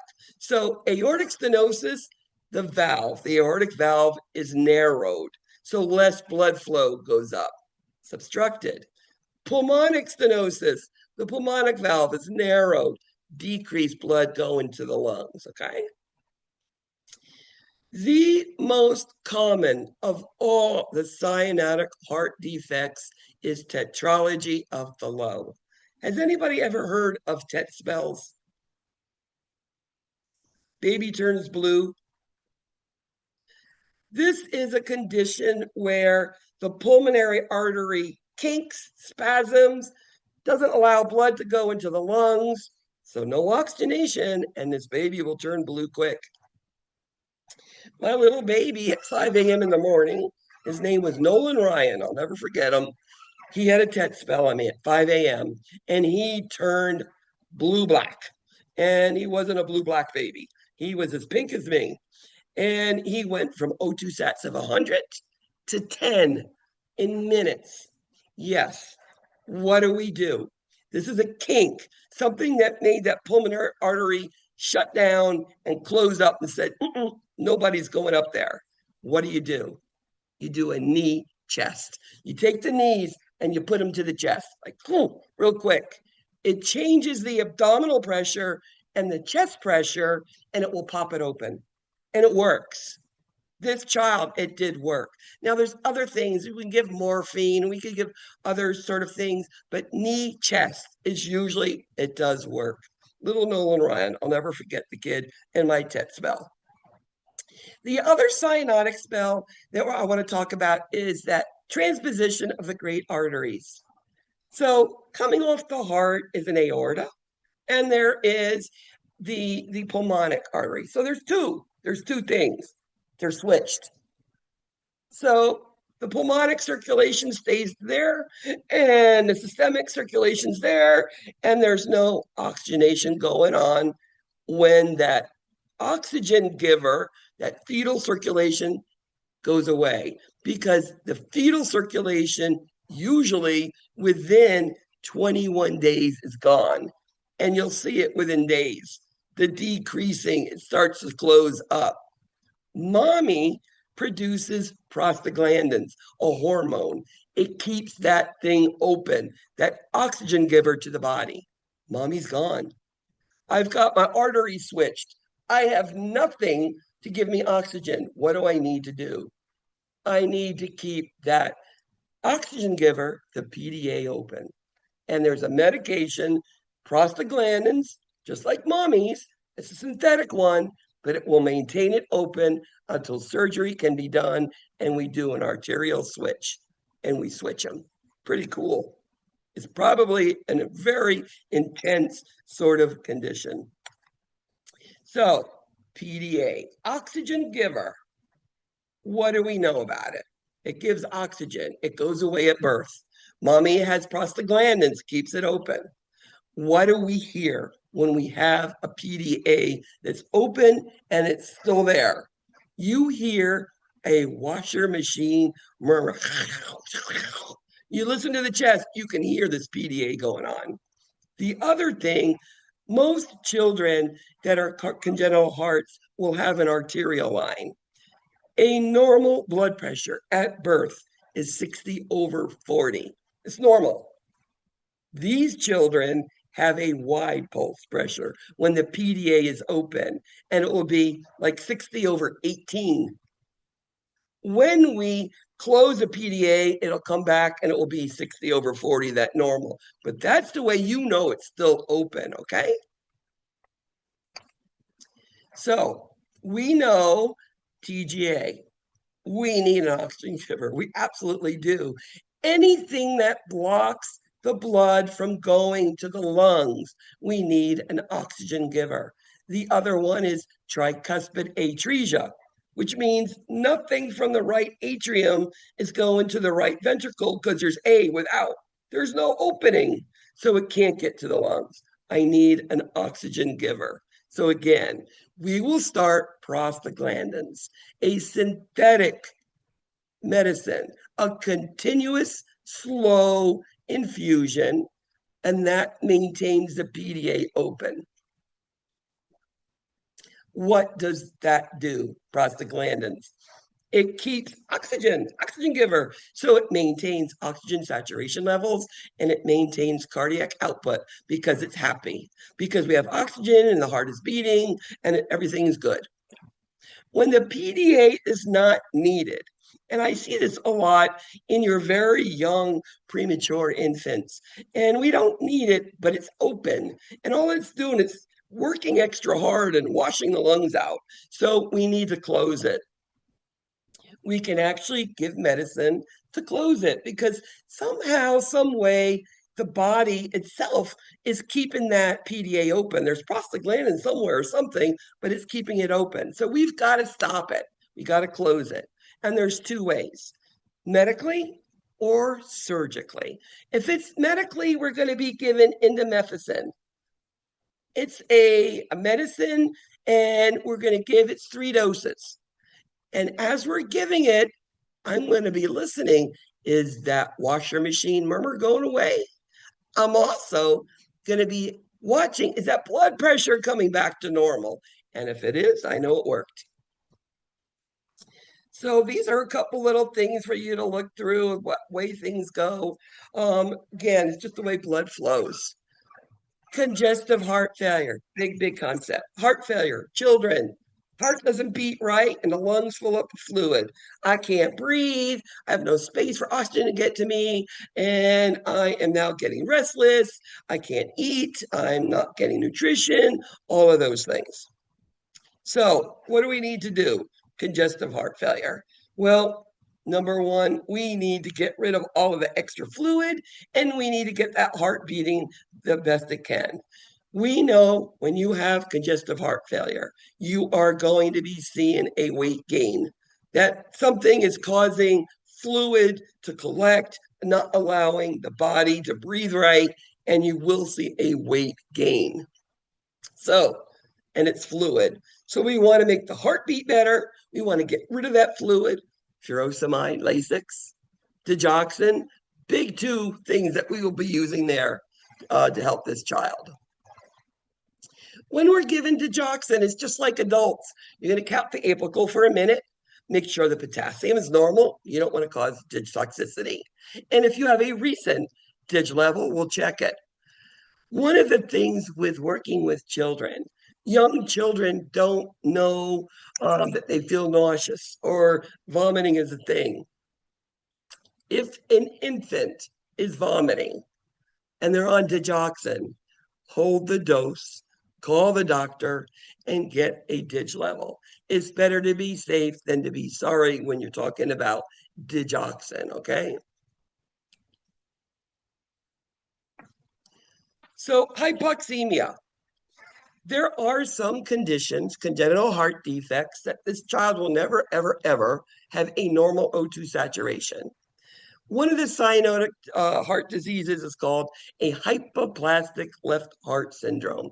This is the most severe of all, and I'm mentioning it because at birth, a normal O2 saturation on this child is 65 to 75. Normal. That's where we want it. And there's going to be surgeries they do, whatever, and they're going to get it up to about 90% after 3 surgeries. But my point of saying this about low O2 saturations, what does the body do when it doesn't have enough oxygen? It produces red blood cells. because the red blood cells are supposed to carry oxygen, which the baby doesn't have, so it keeps producing red blood cells. So what are you going to see with these children? Elevated hemoglobin and hematocrits on these kids because the body's trying. Now, cardiac children and parents, you'll be surprised, probably the most wonderful group of kids. I worked 10 years in the cardiac ICU for children. And you get very, very close with them. So what are we doing all the time? You're educating from the moment they walk in the door to the moment they leave. As you're looking and touching and doing things, you're explaining, why am I listening? Why am I counting? What am I doing? I'm preparing that parent to go home. We've already talked about cardiac caths and bacterial endocarditis. Just know that this is an infection and you're going to need antibiotics, pre-treatments. That's all we treat that with. And now here's that rheumatic fever I told you about. Rheumatic fever is due to a recent strep infection that was not treated or undertreated, okay? It's going to affect the joints, the skin, the brain, and the heart and cause that chorea weird movements that are going on. The problem and our biggest concern is once our heart valve, our mitral valve, is hurt and damaged, it's permanent. Everything else can be treated. Children do get high cholesterol. I've seen them go from, we never test, they're kids, they don't have high cholesterol. We used to not do blood pressures on kids less than 5 because they wouldn't have hypertension. And we finding out, yes, they do. And let's treat it now before it becomes a problem later on in life, right? Cardiac dysrhythmias, kids can get fast and slow and irregular heartbeats, absolutely normal. I've seen pacemakers in children 18 months old. It's about this big, was the size of a pacemaker. Itsy bitsies. But again, it would be treatment. Pulmonary artery hypertension. What is this? This is when the lungs are damaged and they tend to seize up to protect themselves. And they don't allow oxygen and carbon dioxide to exchange. So what would you see? This is a child, adult child, that on a little bit of exercise is going to be absolutely out of breath, get chest pain, and get dizzy. Cardiomyopathy, big, floppy, no working heart. This many times is due to infection, usually viral. It could be that metabolic, could be lupus that caused it, many other things cause it. But basically, it's a big floppy heart that needs tune-ups occasionally, needs medication to help it work. And eventually they end up with transplants. The largest reason for death is rejection. Okay? Rejection. After surgery, many of these children, in fact, all of them with open heart surgery, is going to have a chest tube. Could be 1, it could be 4. Now, if the kid is older and we got to take these chest tubes out, I want you to know when we pull them out, no matter what I do, it's going to burn, like intense burning, but for a little bit of time, it goes away.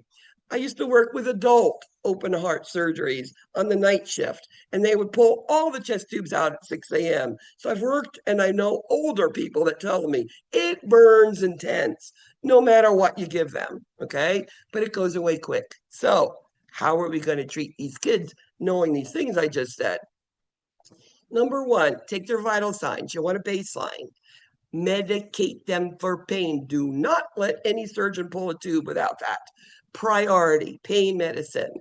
Get on their level, explain what's going to be happening, and be honest. It's going to hurt for a second, but it's just for a second. I'll hold your hand. We'll count to 10. And then it'll go away pretty quick. Be honest with these kids. As I said, hypertension, yes, they do have hypertension today, and we need to monitor it.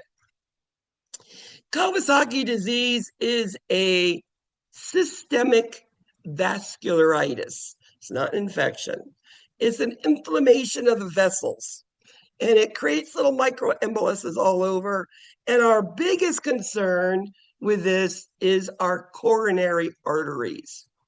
It can cause coronary artery aneurysms, which means a blowout, ready to blow a coronary artery. These children, they come in, they have these red glow in the, I'm telling you, glow in the dark eyes, very distinctive, big red strawberry tongue, their hands, the palms, their soles peeling could be. And this is what we see. Treatment. It said it's not an infection. So it's IVIG. Let's boost my immune system. Intravenous gabaglobins. And we give that along with high dose aspirin. Why do you think we're going to give this kid aspirin? It's a vascularitis, inflammation of vessels. Why do we need aspirin? Anybody? What happens if the veins are all inflamed?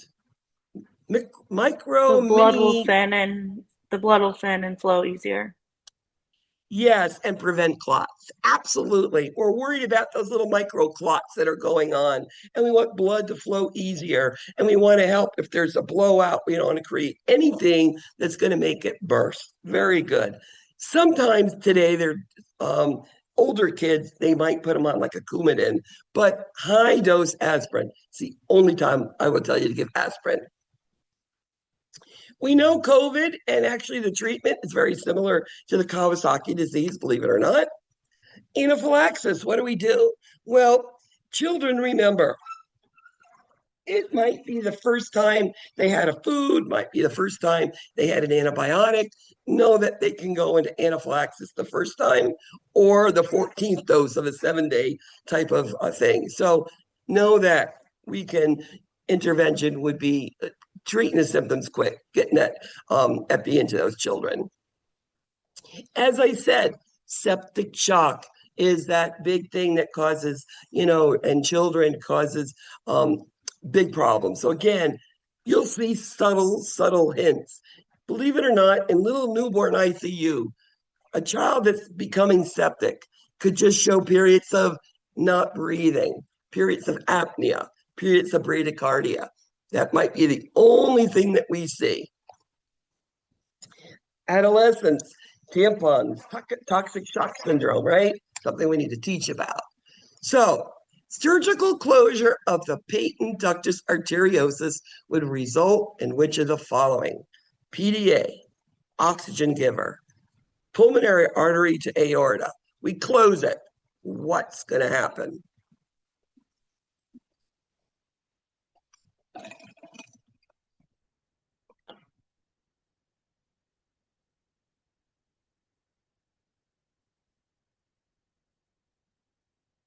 So if we close it, we're going to prevent all of that backflow of blood going back and forth. So let's do this, Kahoot.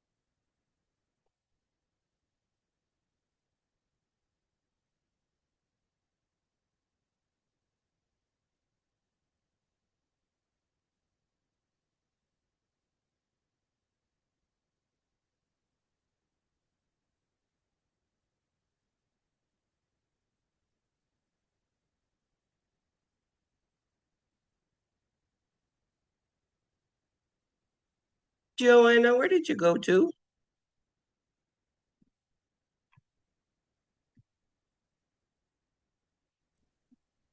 I'm here.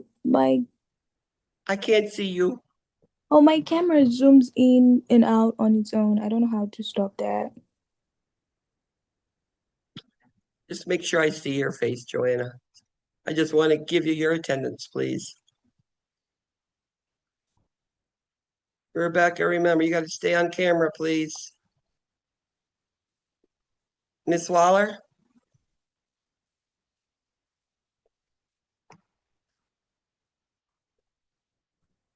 I know Rebecca, Rebecca's having like connection issues. It keeps like kicking her off the thing and she keeps getting back on. okay, you know that? Yeah, she sent me a text.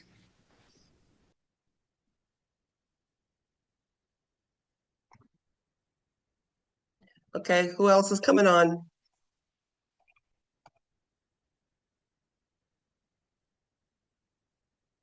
Rebecca, you need to be on camera, please. You're sending messages to your friends, but I need to know this is too.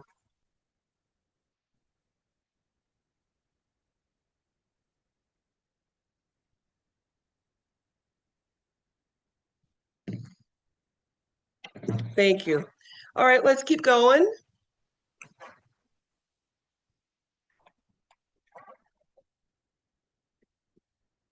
Heart. Let's see if we can understand after that. Why would a child with tetralogy flow not gain weight at the normal rate? Remember, tetralogy flow is the most common of all congenital heart defects. It's when blood all of a sudden can't go up into the lungs.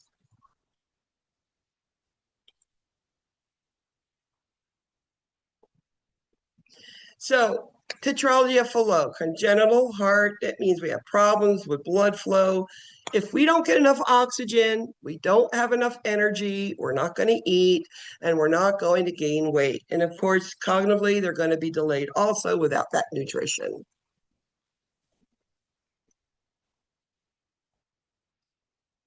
A clinical manifestation of Kawasaki disease is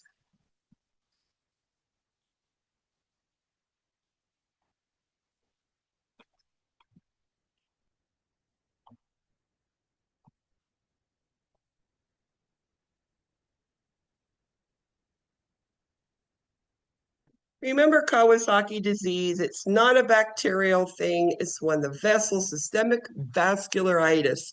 And the symptoms you're going to see a kid with a high fever, could be many days. They're going to be with that red tongue. And I'm telling you, the eyes are glow in the dark red. That's how big and red they are. And remember, Korea, that is rheumatic fever. Again, trying to remember and keep them straight. Which of the following best describes the pathology of Kawasaki disease?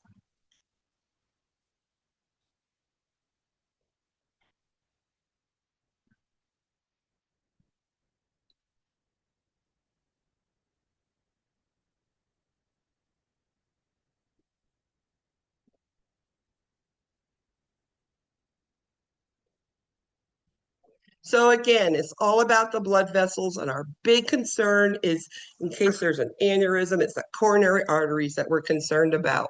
You will see these children admitted, and their first priority treatment is going to be an echocardiogram to look at those type of blood vessels to make sure there's no aneurysms going on. What is the treatment for Kawasaki disease?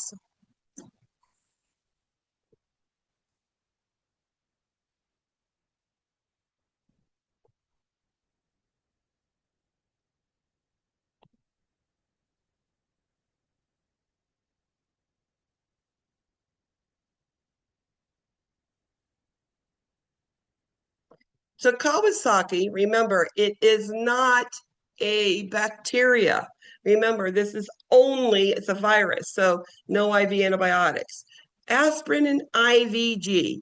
Aspirin is to make sure there's no blood clots in the blood, and aspirin and the IVIG is to boost the immune system to be able to get rid of it. Usually, once Kawasaki is treated, it's not that something that's going to happen again. Usually, once and done. A multi. Why do you give aspirin to a child with Kawasaki?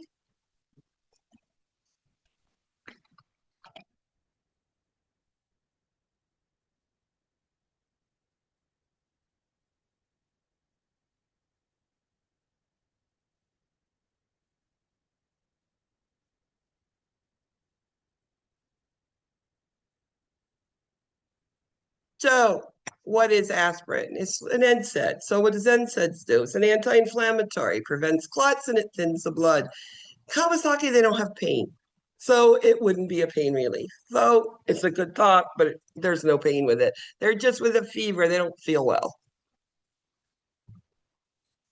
An abnormal hole between the right and left atrium is called what? Separating the heart. You have a right and a left side. What's that hole?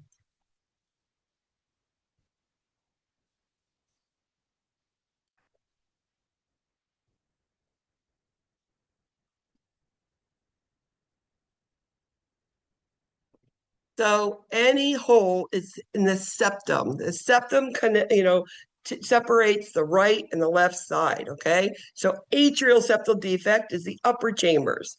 The lower chambers is ventricular septal defect. Just know the terms. What is the treatment for TET spells?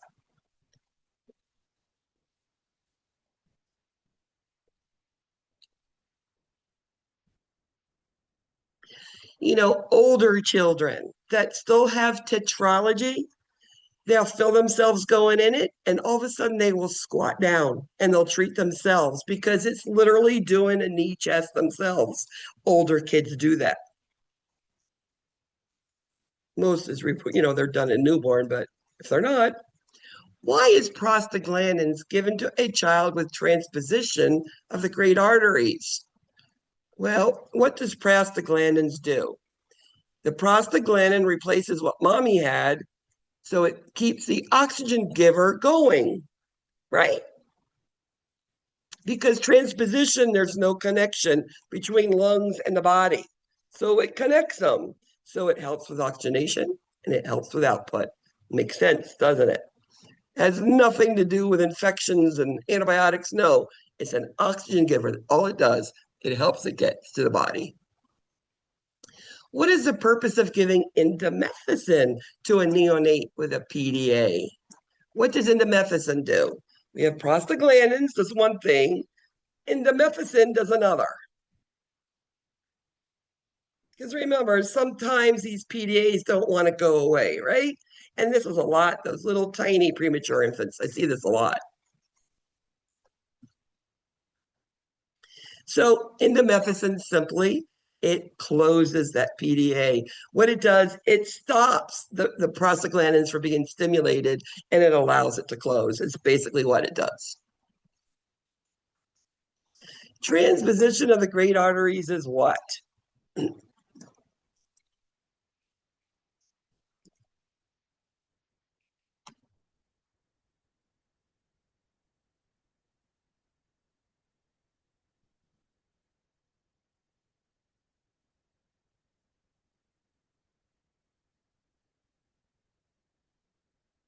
So transposition of the great arteries are basically the two things that come off the heart, the pulmonary artery and the aorta. They're switched, they're transposed. What do we do for transposition of the great arteries? Well, we need prostaglandins for oxygen giver there. Sometimes we have to do something to the heart to allow blood to go from the right to left side. And we punch a hole in that foramen ovale that's left there right after birth between the right and left side. We make that hole bigger and we allow blood to go there. And then we do the arterial switch surgery. When measuring blood pressure on four extremities of a child with coarctation of the aorta, what would you expect?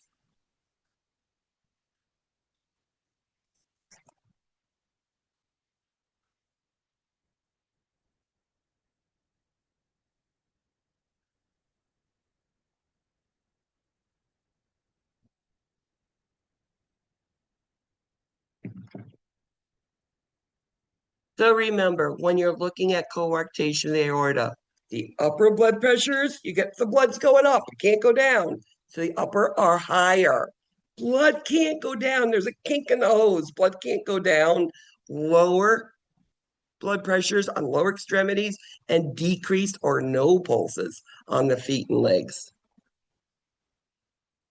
Early signs of heart failure in infants include my heart's not working, my lungs are filling up with fluid. What are you going to see? And one of our daily treatments is going to be daily weights. Am I losing that fluid that's already been built up on me, creating all of these problems? You're going to see basically poor feeding and sweating. They're working so hard, they're working up a sweat just to eat because the amount of fluid in their lungs, they don't get enough oxygen and they're working so hard. It is poor feeding and sweating. And then, of course, with heart failure, weight is going to go up because of the fluid that they're gaining. And then as we treat it, giving those diuretics and maybe some cardiac medicines, we're going to see the weight go down because fluid's going to be lost, making it easier to breathe. A multi. Signs of heart failure in a 3-week-old with congenital heart disease. Heart failure, you need to know this. What does a child look like?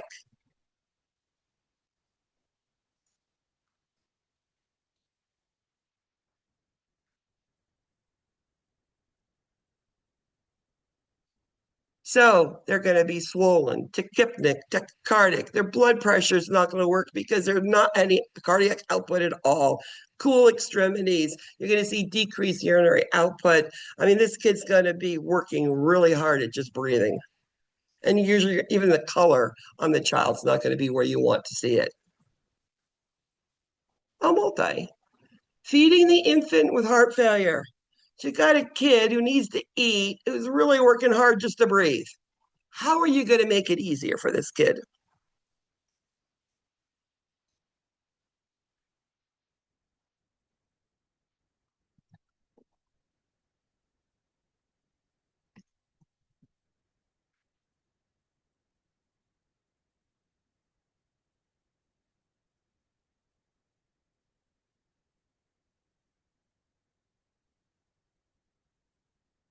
When you have a child, an infant with heart failure, if you take and you have them sitting up, you increase the calorie count in the formula. Normal formula is 20 calories per ounce. We can put it at 30. So they're eating almost, half more than what they would have gotten with the same sort of quantity. Again, you're going to make sure that they're not breathing too fast, they're sweating too much or vomiting. If they cannot eat the whole thing, we can always let them have a little bit by mouth and then lavage or NG tube, OG tube, the rest of the food. Never, ever, ever feed a child with heart failure who's working hard just to breathe. You never do feedings more than 30 minutes. So increase calorie counts, no more than 30 minutes, and having them sitting upright can all help. Monitoring their daily weights, making sure they're losing that fluid too. After a heart transplant, what's the leading reason children die?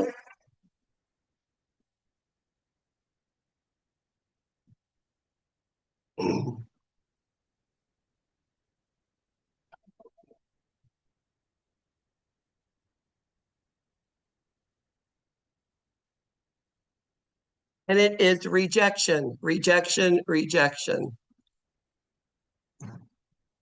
Nursing care following a cardiac catheterization.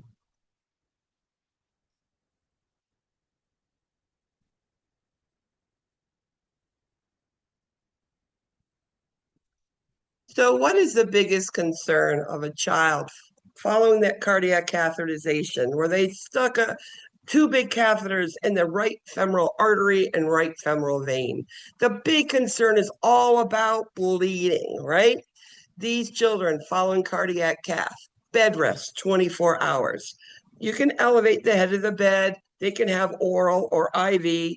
That leg, that right leg must maintain straight. You don't want anything to pop the clot and make that child bleed, okay? So no ambulate, in bed 24 hours, keep the leg straight. Where is a patent ductus arteriosus? What is it? What does it connect? It's an oxygen giver, you know it. So which one is it?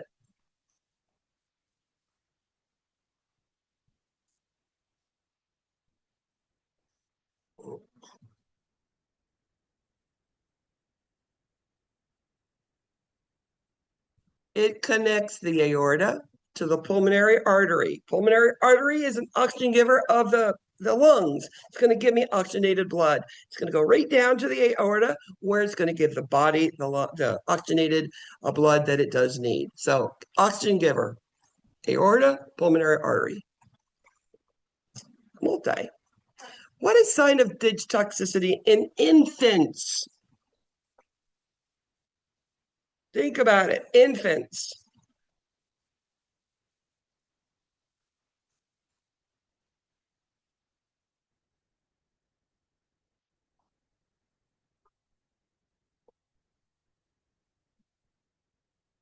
I am so glad nobody said seeing yellow spots. Infants don't tell you that they've seen yellow spots.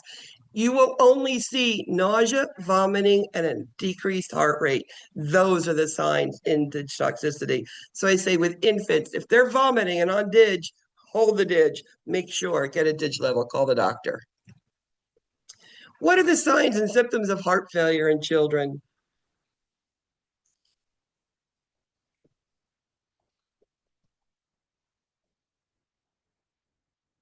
And one of the big things is weight gain. Because what do we do on all children, infants? We do daily weights. And when you're seeing that go up, that's your big thing. But it's the fluids accumulation, which is shown by weight gain, that shortens the breath, and then, of course, the heart. Absolutely. Which medication is commonly used to relieve the spasm during TET spells?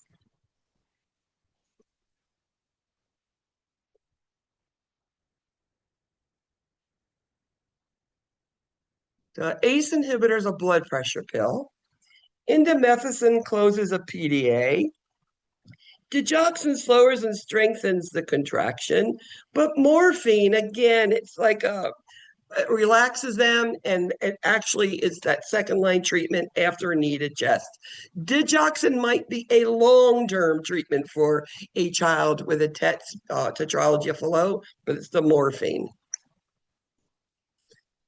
Last one. Key to preventing post-op complications.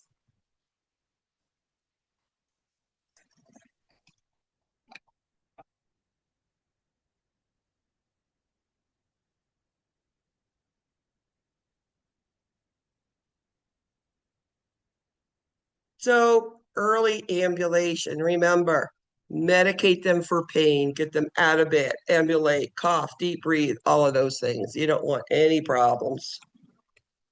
Number 3, Maddie. Good job, Maddie. Number 2, Stephanie. Good job, Stephanie, today. Number 1, drum roll. Ding, ding, ding. Good at that. And number 4, James and Ashley.